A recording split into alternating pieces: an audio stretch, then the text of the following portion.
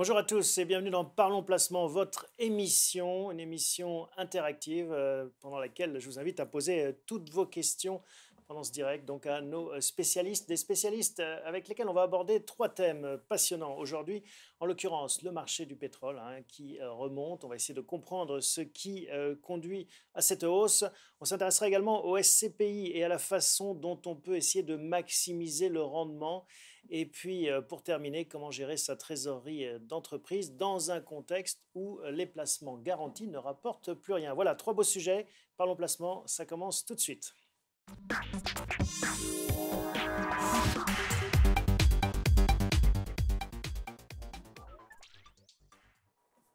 Et on commence tout de suite avec ce point régulier sur les marchés financiers en compagnie de Jonathan Lévy. Bonjour Jonathan. Bonjour Thomas. L'effet marquant depuis les 3 semaines qu'on s'est vu dans Parlons Placement.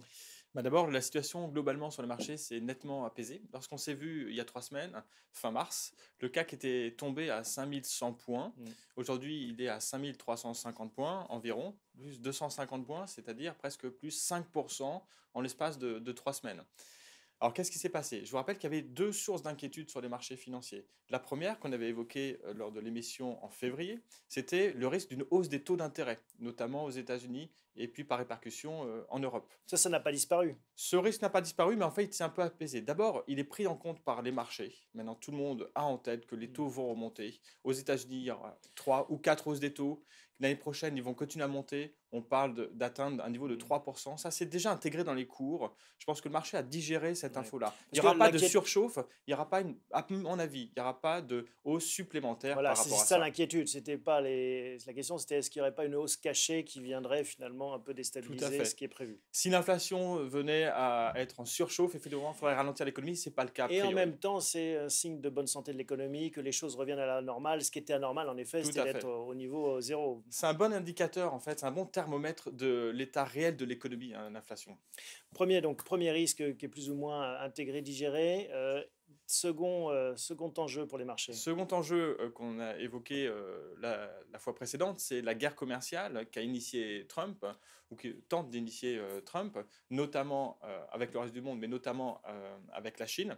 Et là, effectivement, depuis c'est un vrai cible, jours, parce qu'on ne parlait pas encore forcément de la Chine. Il avait attaqué l'Allemagne, l'Europe, tout un tas de pays. En fait, sa vraie cible, c'était la Chine. Il a bien ciblé la Chine, puisqu'il y a près de 150 milliards d'exportations chinoises vers les États-Unis qui seraient touchées par des droits de douane. Donc c'est bien la Chine qui est touchée. Lui, il veut réduire le déficit commercial des États-Unis. Et la première source de déficit commercial, c'est avec la Chine. Donc c'est bien la Chine qui est la première cible des États-Unis. Il ne faut pas se cacher derrière son petit doigt. Donc la guerre commerciale qu'il a menée, c'est bien vis-à-vis de la Chine. Et alors là, pourquoi les marchés restent sereins? Alors, les marchés maintenant sont beaucoup plus sains qu'ils ne l'étaient il y a un mois, parce qu'il a un petit peu adouci son discours. Et je pense que Trump est finalement de plus en plus prévisible. Il était très imprévisible, mais finalement, son imprévisibilité est devenue très prévisible. C'est une dérivée, en fait. Ouais, c'est la dérivée seconde, qui fait que on voit bien son jeu. D'ailleurs, même ses interlocuteurs voient son jeu. Le chien aboie, mais la caravane passe. Il veut exactement obtenir un accord avec l'Asie en général et puis avec la Chine en particulier. Il a des points d'attention sur lesquels il voudrait que la Chine bouge. Je les rappelle rapidement, notamment, il voudrait que les États-Unis puissent investir plus de 50% prennent des participations majoritaires dans des entreprises chinoises. Sans qu'ils soient payés technologiquement, par exemple. Exactement, qu'il n'y ait pas de vol de propriété industrielle, ou qu'il n'y ait pas de subventions cachées sur des produits chinois. Son objectif, C'est ça son objectif, qu'il régule un peu mieux en fait, l'activité chinoise. Par rapport à ça, je voudrais juste mentionner une chose. Depuis notre dernière mission, j'entends un argument qui me paraît faux. Il y a beaucoup de gens qui disent que la Chine a deux armes pour répondre à Trump. L'arme monétaire. Et je pense que ça, c'est faux. Je pense ils l'ont, mais ils ne peuvent pas se permettre de le faire. Ce serait quoi Ça serait de dévaluer en fait, le yuan pour retrouver de la compétitivité, pour compenser en fait, la hausse des droits de douane. Je pense qu'ils n'utiliseront pas cette arme-là, même s'ils peuvent l'évoquer, parce que ça ferait de l'inflation chez eux. Ça referait de l'inflation, et depuis quelques années, ils cherchent à rééquilibrer leur économie, et ce serait très pénalisant pour la demande interne. Ce serait un retour en arrière. Ce serait un retour en arrière, et ce n'est pas ce qu'ils cherchent à faire. Ils cherchent à aller de l'avant. Donc je pense qu'ils n'utiliseront pas.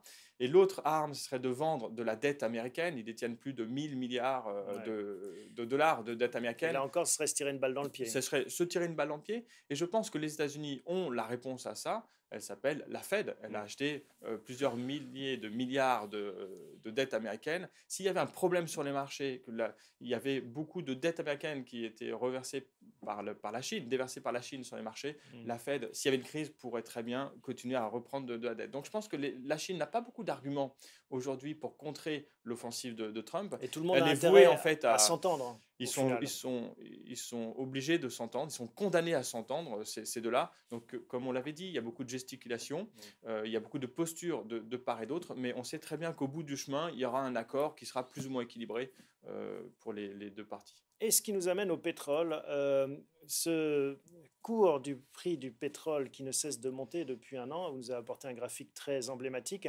On voit qu'on était à quoi, 45 $ il y a un peu moins d'un an et qu'on arrive maintenant à plus de 70 $ le baril. Comment est-ce qu'il faut interpréter cette pente régulière ? On voit effectivement que c'est une hausse qui est quand même sensible, hein, plus 60% en moins d'un an sur les cours de pétrole. Il faut aussi remettre, pour un peu de perspective, il faut rappeler qu'on vient de 100 $, un peu plus de 100 $ le baril quelques temps auparavant. Donc lorsque, en 2014-2015, les prix ont beaucoup chuté, ils sont passés de 100 $ à 40 $ en quelques mois. Donc là, c'est simplement, on a refait une partie du chemin qu'on avait perdu ces années-là. Et alors les raisons de ces regains et de ce hausse, c'est la même chose que pour les taux d'intérêt, signe que l'économie mondiale va bien? Il y a deux éléments en fait. Il y a un premier élément qui est un élément lié à la géopolitique. Vous savez ce qui se passe en Syrie. Derrière la Syrie, en fait, il y a le risque de conflit entre les États-Unis et la Russie. Ça a quand même pas mal chauffé ce week-end. Oui, et puis d'un point de vue plus local, il y a l'Iran, l'Arabie Saoudite aussi. Et puis il y a l'Iran et l'Arabie Saoudite, j'allais venir, parce qu'entre les États-Unis et la Russie, je pense que là aussi, il y a beaucoup de gesticulation. Espérons, oui. Je ne pense pas qu'il y ait un risque de guerre entre les États-Unis et la Russie. Je ne crois absolument pas. Il semblerait que les États-Unis aient appelé la Russie avant de faire des frappes. Donc, ils se parlent beaucoup plus qu'on ne le dit, qu'on ne le croit. Donc, le risque de guerre est très, très faible. Par contre, hein, entre l'Iran et l'Arabie Saoudite, ça, c'est très différent. C'est les deux seuls pays au monde qui ne se parlent absolument pas, où la diplomatie est nulle. Il n'y a pas de diplomatie entre ces deux pays. On ne parle pas beaucoup du Yémen, mais il y a un théâtre d'affrontement entre l'Iran et l'Arabie Saoudite au Yémen. L'enjeu sur le pétrole est beaucoup plus important qu'en Syrie. Peu d'enjeux sur le pétrole en Syrie. Par contre, au Yémen, il y a 5 millions de barils par jour qui passent par le golfe d'Aden. Oui. S'il se passait quelque chose là-bas de plus encore qu'aujourd'hui, ça aura un impact sur les prix du pétrole, ça pourrait faire exploser les... Donc ça, c'est un facteur de tension sur les prix. Ça, c'est un vrai facteur de tension et la situation pourrait encore se dégrader s'il y avait une guerre entre l'Iran et l'Arabie Saoudite, ce qu'on ne peut pas complètement exclure compte tenu de la situation diplomatique entre les deux pays. Et deuxième facteur, vous disiez qu'il y avait un second facteur. Alors, le second facteur qui est à mon avis beaucoup plus fort que la géopolitique et qui est un facteur un petit peu comme vous disiez sur les taux d'intérêt, qui est le thermomètre de l'économie. S'il y a une hausse en fait, des prix du pétrole, c'est qu'en fait la situation économique va mieux. En fait. Et c'est ça que ça traduit. Alors, vous savez que les prix du pétrole, les prix d'un actif, c'est l'équilibre entre l'offre et la demande. Si on regarde l'offre, il y avait un excédent d'offres qui avait fait chuter les prix. Et depuis quelques temps maintenant, il y a un accord entre les membres de l'OPEP et la Russie. Cet accord est très très bien tenu. Les quotas sont parfaitement... Ce qui a étonné tout le monde d'ailleurs. Ce qui a étonné tout le monde, compte tenu de ce qu'on vient de dire sur la géopolitique. Les quotas sont bien tenus, ce qui prouve qu'en fait...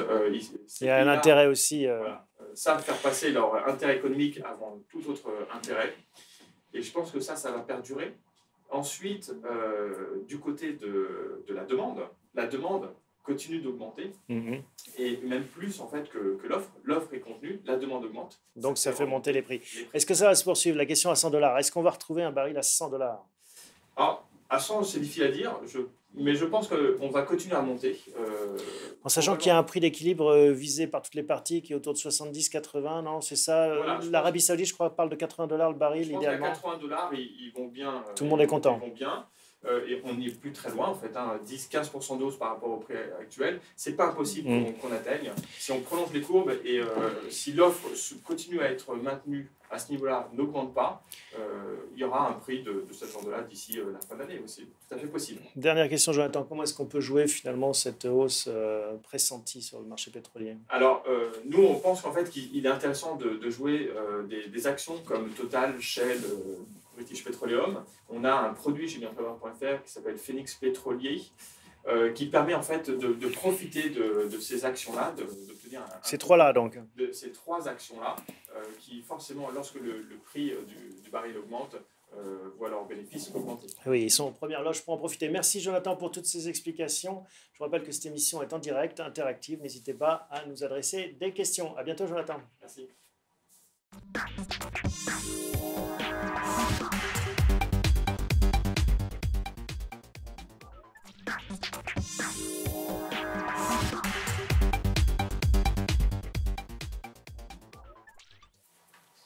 Bonjour Vincent. Bonjour Thomas. Heureux de vous retrouver. On va parler, une fois n'est pas coutume, je le dis de façon ironique parce qu'on en parle beaucoup, de SCPI, mais vous arrivez encore à trouver des astuces pour en tirer davantage profit. Vous êtes là pour ça. On va essayer de comprendre. On rappelle la problématique des SCPI. On a des taux finalement assez intéressants dans ce contexte. Bien sûr, on a des taux très intéressants. Mais en baisse. En baisse, d'ailleurs, on pense qu'au regard du contexte et des éléments qu'on peut analyser sur le marché, aujourd'hui, la baisse, elle est peut-être arrivée au bout. Pourquoi? Parce qu'en fait, on a d'une part la demande de bureaux qui n'a jamais été aussi forte à Paris, en Ile-de-France notamment. Avec un taux d'occupation au ras des pâquerettes. Voilà, ce qu'on appelle le taux de vacances est historiquement très bas. Il a baissé sous la barre des 4% à Paris. Le taux de vacances, pas le taux d'occupation. Mais en même temps, le taux d'occupation, lui aussi, augmente. Donc le taux de vacances est très bas, Paris, Île-de-France, mais de façon globale, en France, on sait aussi que les SCPI de bureaux sont très focalisés sur l'Île-de-France. Donc c'est l'indicateur qu'on suit en premier lieu. Et par ailleurs, la croissance économique, qui est plutôt de bon niveau actuellement, favorise la recherche et le besoin de développement en bureau des entreprises. Donc on rappelle les chiffres, 4,6 en 2016, 4,4 servis. Ça, c'est le rendement, ce qu'on appelle le taux de distribution, les dividendes servis aux actionnaires de SCPI. En 2017, c'était 4,4%, avec une petite baisse par rapport à l'année précédente qui est 4,6%. Ça fait plusieurs années que ça baisse. Et pourquoi on pense que ça va remonter? Pour les raisons qu'on a évoquées notamment tout à l'heure. Et le fait aussi que de moins en moins aujourd'hui, les locataires demandent des mesures d'accompagnement, puisqu'il y a une pression sur la demande. On rappelle ce que c'est les mesures d'accompagnement, c'est quand vous louez des bureaux, le propriétaire peut vous accorder quelques mois gratuits pour, exactement, pour éventuellement accompagner sur une remise en état des lieux, voire vous inciter à signer le bail d'une certaine manière. Ces mesures d'accompagnement, tous les professionnels nous le disent, sont en train de disparaître et ça va être, en fait, c'est le signe avant-coureur d'une remontée des loyers d'ici quelques temps. Donc loyer qui remonte, rendement qui devrait s'apprécier. Et d'ailleurs, les chiffres aussi en témoignent, la collecte 7 milliards en 2017. C'est ça qui est important, c'est qu'en fait, on a des records de collecte sur les SCPI, de rendement notamment, donc 7 milliards, c'est historique. Par ailleurs, au total, sur la pierre-papier, puisqu'on peut englober là-dedans ce qu'on appelle les EPCI, on en a souvent parlé ici aussi, au global, on est à 10 milliards de collecte, ce qui est un niveau historique. Mais pour autant, étant donné que c'est un produit qui devient très disponible, tout le monde en veut aujourd'hui, on peut faire des erreurs en ne faisant pas attention à un certain nombre de leviers qu'il faut analyser. Justement. Alors justement, on va rentrer dans le détail. Comment essayer d'éviter ces erreurs? Peut-être qu'on peut commencer par la détention. Qu'est-ce que... le mode de détention. Exactement. Qu'est-ce qui s'offre à l'investisseur? Alors, pour résumer, deux solutions. Soit on investit en direct, soit on investit en assurance vie. Lorsqu'on investit en direct, globalement, l'avantage principal, c'est qu'on peut financer cette acquisition-là à crédit et profiter des taux extrêmement bas qui restent très bas et qui, sur le financement de SCPI, restent très attractifs aujourd'hui. Je dirais que c'est le principal avantage lorsqu'on est un particulier. Par contre, il y a un vrai inconvénient, c'est la fiscalité, notamment quand on fait partie des personnes les plus fiscalisées sur des tranches marginales d'imposition élevées. On va payer une partie en impôt, une grosse partie de son investissement va partir dans un schéma d'imposition. Je reviens sur la défiscalisation, la déduction possible à travers le crédit, la déduction possible des intérêts d'emprunt. Ça, c'est un autre avantage. Pas de flat tax, donc... Et on ne bénéficie pas donc, ni de la flat tax qui a été mise en place, notamment pour l'ensemble des produits financiers, et en particulier dans le cadre de l'assurance vie, Et par ailleurs, on est soumis au nouvel ISF, à l'IFI, mais ça, c'est également le cas si on est en assurance vie. Alors, l'avantage et l'inconvénient d'être en assurance vie. En assurance vie, le grand bénéfice, c'est notamment en termes fiscal, puisque d'emblée maintenant, dès les premières années, on peut faire ce qu'on appelle des rachats partiels pour bénéficier des rendements de son investissement dans un cadre fiscal extrêmement attractif et incomparable par ailleurs. Et là, on peut bénéficier de la flat tax notamment. Et au bout de 8 ans, on bénéficie du cadre toujours très intéressant, que ce soit sur la partie sur la fiscalité, sur les rachats, en bénéficiant des abattements. Mais en termes de transmission, on a aussi un avantage. La flat tax, on rappelle 30%. Donc si on est fiscalisé au-dessus, c'est là où ça devient un système intéressant. Exactement. Je rappelle aussi qu'il y a un avantage en assurance vie qu'on évoque souvent ici, c'est le fait que lorsqu'on fait des rachats partiels, il y a toujours une partie intérêt, une partie capitale qui se répartit dans le rachat, dans le rachat qu'on va réaliser. D'une certaine manière, ça représente un vrai avantage par rapport au mode classique de récupération de revenus d'un produit d'épargne. Bon, donc ça, c'est le premier aiguillage sur lequel il ne faut pas se tromper, ou en tout cas qu'il faut adapter à son profil. Hein, Exactement. Parce qu'on le rappelle, ça dépend bien sûr de chacun. Et une fois qu'on a validé ce mode de détention... Après, je dirais que là, il faut regarder un petit peu ce que vous propose votre banquier ou votre conseiller. Et je dirais que le premier élément qui est flagrant, c'est le fait que pour une même SCPI détenue en direct ou détenue en direct, la question ne va pas se poser. Mais lorsqu'on a le choix sur différents contrats d'assurance vie, vous savez qu'aujourd'hui, une SCPI, vous pouvez y accéder à travers différents contrats d'assurance vie. Par exemple, certains de nos clients voient leur banquier qui leur propose un contrat d'assurance vie, la même SCPI, et nous leur proposons la même SCPI. Parfois, il peut y avoir un écart de distribution des rendements de 15%. C'est-à-dire que certains contrats vont conserver ou ne vont distribuer que 85% des dividendes. Dans d'autres cas, certains contrats... Le reste, c'est capitalisé Le reste, non, c'est en fait c'est conservé par la société de gestion, probablement pour faire face à un certain nombre d'enjeux de gestion liés au contrat d'assurance vie. Donc c'est presque des frais de gestion supplémentaires. Tout à fait. Tout à fait. À l'inverse, certains contrats d'assurance vie, eux, reversent 100% des dividendes. Et là, je dirais que c'est le levier principal qu'il faut regarder. Et sur lequel vous avez en fait accès à l'information, vous n'avez même pas besoin de demander à votre conseiller, il suffit de lire les conditions générales du contrat d'assurance vie. En effet, 15 points, c'est beaucoup. Hein. C'est énorme. Les frais d'acquisition, c'est aussi un des facteurs... Là aussi, la compagnie d'assurance vie, finalement, applique un peu la stratégie qu'elle veut appliquer. Pour une même SCPI, on a fait la comparaison. Donc, vous avez effectivement des frais d'acquisition qui peuvent varier de 2 points pour une même SCPI. Donc, lorsqu'on prend en compte cet écart sur les dividendes, ensuite l'écart sur les frais d'acquisition, vous voyez que la note commence Où est-ce qu'on trouve ces détails? Il faut lire quelle petite ligne? Alors ça, c'est les conditions générales du contrat d'assurance vie généralement. Et donc il faut les lire. Hein. Bien sûr, ou poser la question. Voilà, il faut avec ses checklists chez son conseiller lui poser la question. Le délai de jouissance, c'est un des facteurs aussi que vous mettez en avant. Lorsqu'on est dans le cadre d'un investissement en direct, et là aussi c'est très important, lorsqu'on investit en direct, généralement, le délai de jouissance peut aller de 4 à 6 mois selon la SCPI. Donc pendant 4 mois ou pendant 6 mois, votre investissement ne rapporte rien. Pas de dividendes. Ou alors ça peut être investi en monétaire dans certains cas, mais ça ne rapporte pas de dividendes. C'est finalement assez loin de l'espérance de gain d'une SCPI à 4,4%. Oui, parce que ça coupe par 2 le rendement sur la première année. Exactement. Par contre, lorsqu'on investit en assurance vie, généralement, votre investissement rapporte dès le premier mois qui suit l'investissement. Et donc là, vous gagnez déjà 3 à 4 mois de rendement. Et c'est un effet, là aussi, qui, lorsqu'on va tirer un trait global, on va arriver à la bottom line, on va se rendre compte que ça a un impact important. Mais oui, quand on va additionner toutes ces petites mesures auxquelles il faut penser, si on coche, en fonction du fait qu'on coche les bonnes ou les mauvaises cases, ça fera une différence à l'arrivée. Autre point d'attention, le mode de décompte des frais de gestion du contrat d'assurance vie. Oui, ça aussi, c'est des petites surprises qui peuvent arriver et qui nécessitent là l'œil d'un expert. Je vous donne l'exemple qu'on a constaté il y a quelques temps, c'est le cas d'un client qui en fait s'était rendu compte que sur son contrat d'assurance vie, les frais étaient décomptés, étaient rentrés à la fin du mois et les frais du trimestre en entier avaient été décomptés. Donc lorsqu'il est rentré, il a payé l'équivalent de 3 mois de frais. Alors que d'autres SCP ou d'autres sociétés de gestion, en tout cas d'autres compagnies d'assurance vie, vont prélever les frais au quotidien, ce qui fait que ça va lisser non seulement les frais, et en plus ça va être proratisé d'une certaine manière. Vous rentrez le 29 avril, vous avez payé uniquement pour le 29 avril et pas pour l'ensemble du mois d'avril, puisque c'est le début du trimestre. Le prorata temporis, oui, en effet. Donc ça aussi, c'est une clause de calendrier qu'il faut regarder. Ça, exactement. Et ça, souvent, la clé est plutôt chez le conseiller. La revalorisation du patrimoine, c'est aussi un facteur... C'est un autre élément qui a un peu mobilisé les professionnels ces derniers temps. Et en fait, on a eu ces derniers temps pas mal de SCPI qui ont revalorisé. Alors, l'enjeu est plutôt, on peut nous poser la question, est-ce que vous connaissez les SCPI qui vont revaloriser? Je réexplique un peu la règle. La revalorisation intervient notamment quand les patrimoines voient leur valeur augmenter.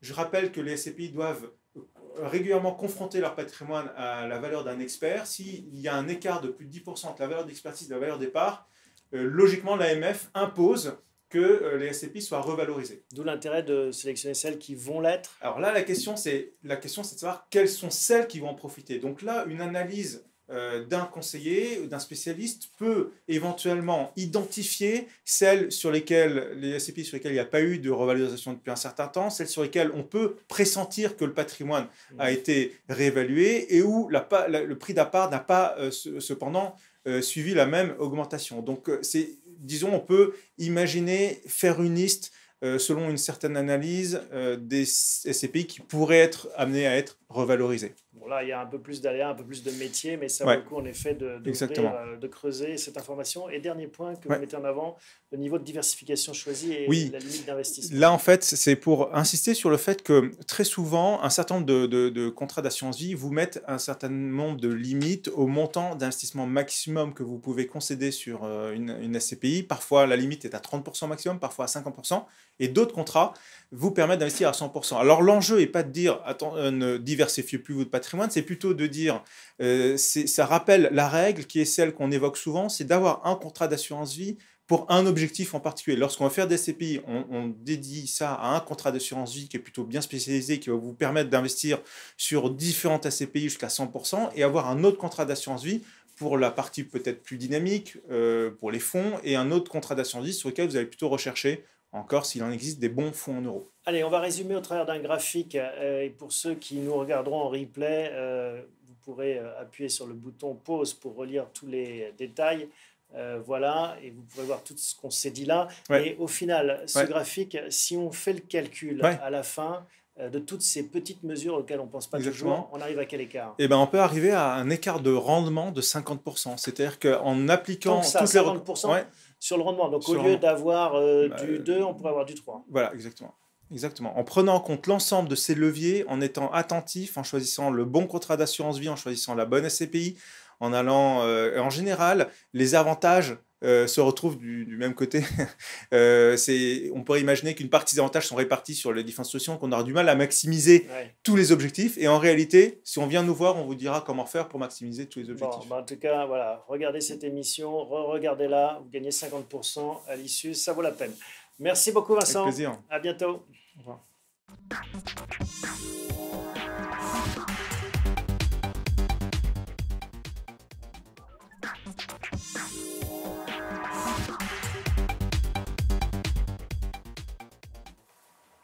Si vous êtes chef d'entreprise ou directeur financier, regardez cette séquence puisqu'elle concerne la trésorerie. Alors bien sûr, il faut avoir la chance d'avoir un peu de trésorerie, mais c'est une vraie question actuellement. Depuis 2007 quasiment, et la baisse des taux, on se demande en tant que chef d'entreprise où et comment placer sa trésorerie pour qu'elle ne risque pas grand-chose tout en rapportant quelque chose.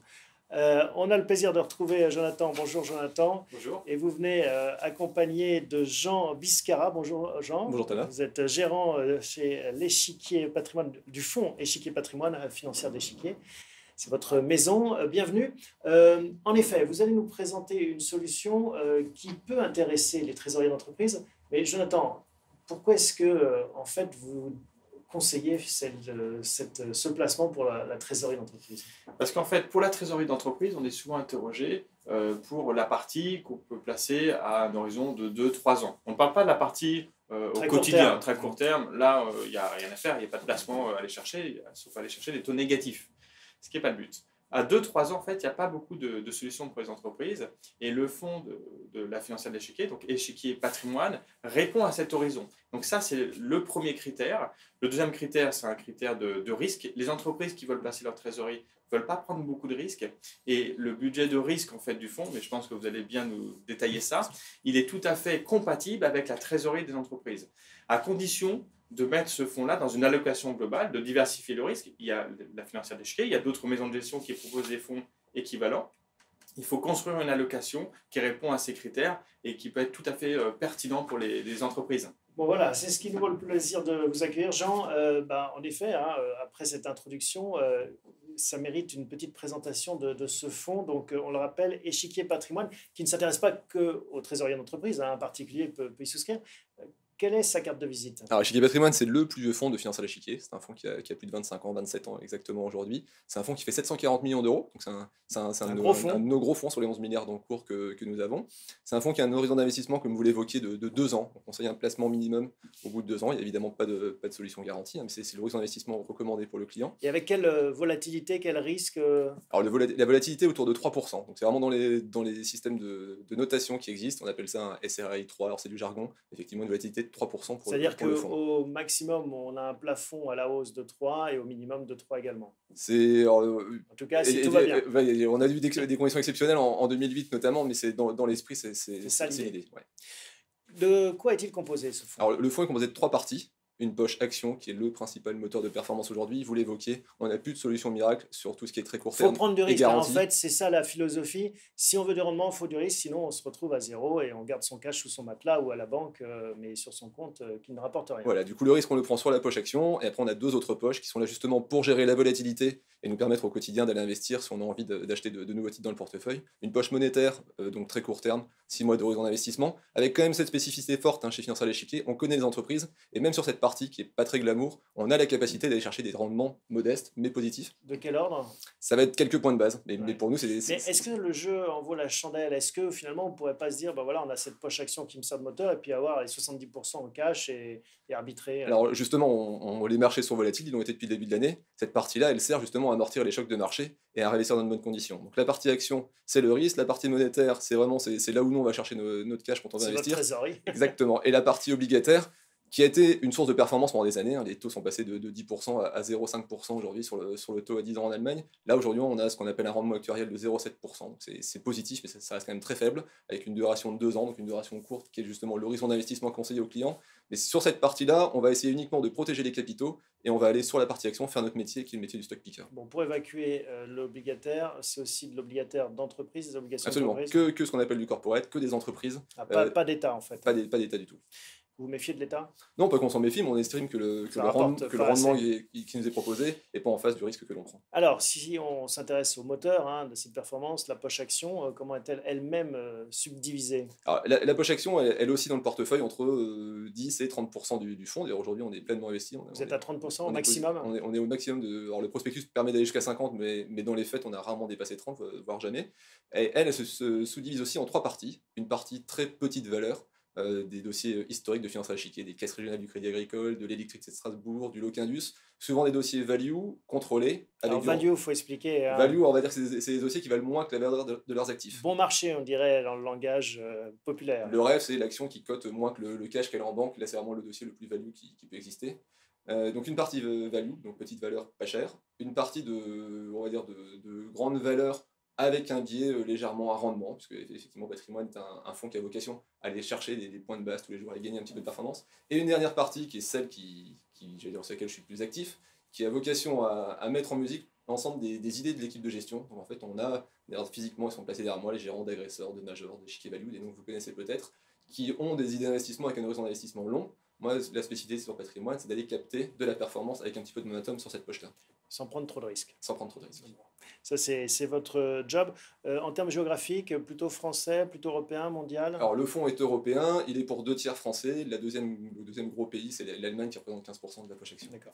Si on zoome, on continue encore à zoomer, vous avez cité des small caps. En termes de mid cap, qu'est-ce que vous avez en ce moment? En termes Qu'est-ce de que vous aimez bien? Alors, nous, le rêve dans Patrimoine, c'est le dossier, j'évoquais le terme de value, c'est le dossier qui vaut pas cher facialement, comme du FFP ou du Dassault Aviation. Alors si on prend l'exemple de FFP, c'est une entreprise qui a des participations qui sont cotées pour 85% d'entre elles. C'est la holding Peugeot. C'est la holding de Peugeot. Peugeot représente 40% de l'actif aujourd'hui. Mais après, ils sont actionnaires de Safran, de DKSH, de SEB, de SPI, des dossiers sur lesquels Finance à l'échiquier ou a été actionnaire. Et si on fait la somme de toutes ces participations, aujourd'hui, on a un objectif, une valorisation qui vaut 157 euros. Ouais, En bourse, les parties valent moins que le tout, enfin valent plus que le tout, mais il y a la fameuse décote de holding exactement. qui écrase un peu cette valeur. Alors aujourd'hui, FFP vaut 103, donc on va quand même entre 103 et 157, il y a un réel potentiel de hausse. Et nous, on estime que cette décote, justement, vu le bon travail qui est fait par le management de FFP, est injustifiée, qu'en tout cas, elle a vocation à se réduire, sachant qu'en plus, sur ce 157 euros, nous, on a des objectifs encore plus ambitieux, notamment pour Peugeot, qui permettent de penser que le titre pourrait aller au-delà.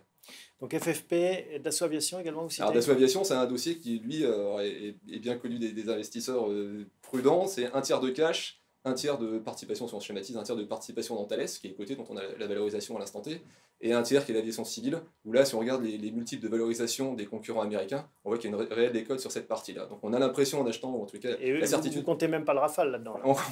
Alors il est dans l'aviation militaire, mais on a le sentiment en achetant ce dossier-là et la certitude qu'on vaut aujourd'hui moins que la valeur de l'entreprise réelle.